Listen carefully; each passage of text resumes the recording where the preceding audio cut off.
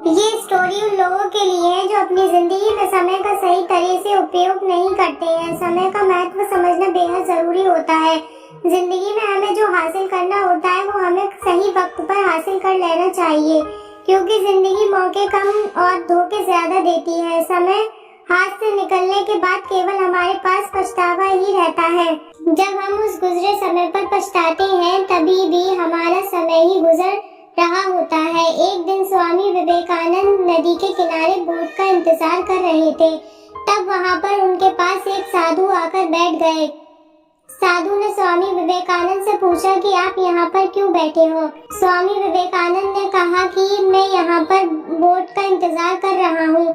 साधु ने पूछा, आपका नाम क्या है? विवेकानंद ने कहा कि मैं विवेकानंद हूँ। साधु चौंक गए और कहने लगे कि आप सच में वो महान स्वामी विवेकानंद हैं? वो ही है। विवेकानंद ने कहा कि हाँ, मैं ही हूँ, स्वामी विवेकानंद हूँ। साधु ने विवेकानंद के कहा कि तो फिर आप क्यों यहाँ पर बैठे हो? और इतना कहते ही साधु पानी पर चलने लगे।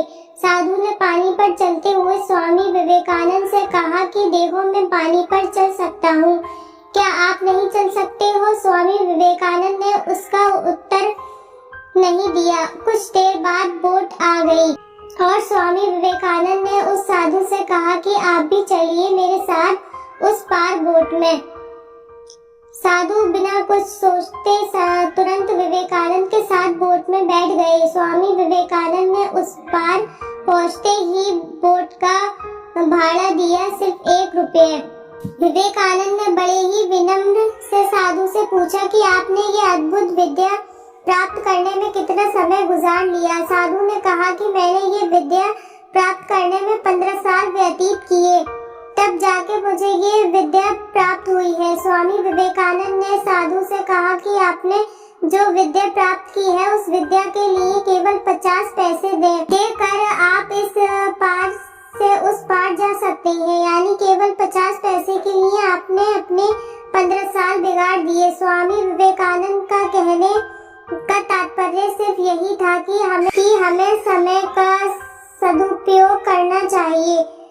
हमें इस तरह बेकार के कामों में अपना समय नहीं बिगाड़ना चाहिए। किसी ने क्या खूब कहा है, वक्त कहता है मैं फिर न आऊंगा, क्या पता मैं तुझे हंसाऊंगा या फिर रुलाऊंगा। जीना है तो इस पल जी ले, क्योंकि मैं इस पल को अगले पल तक न रोक पाऊंगा।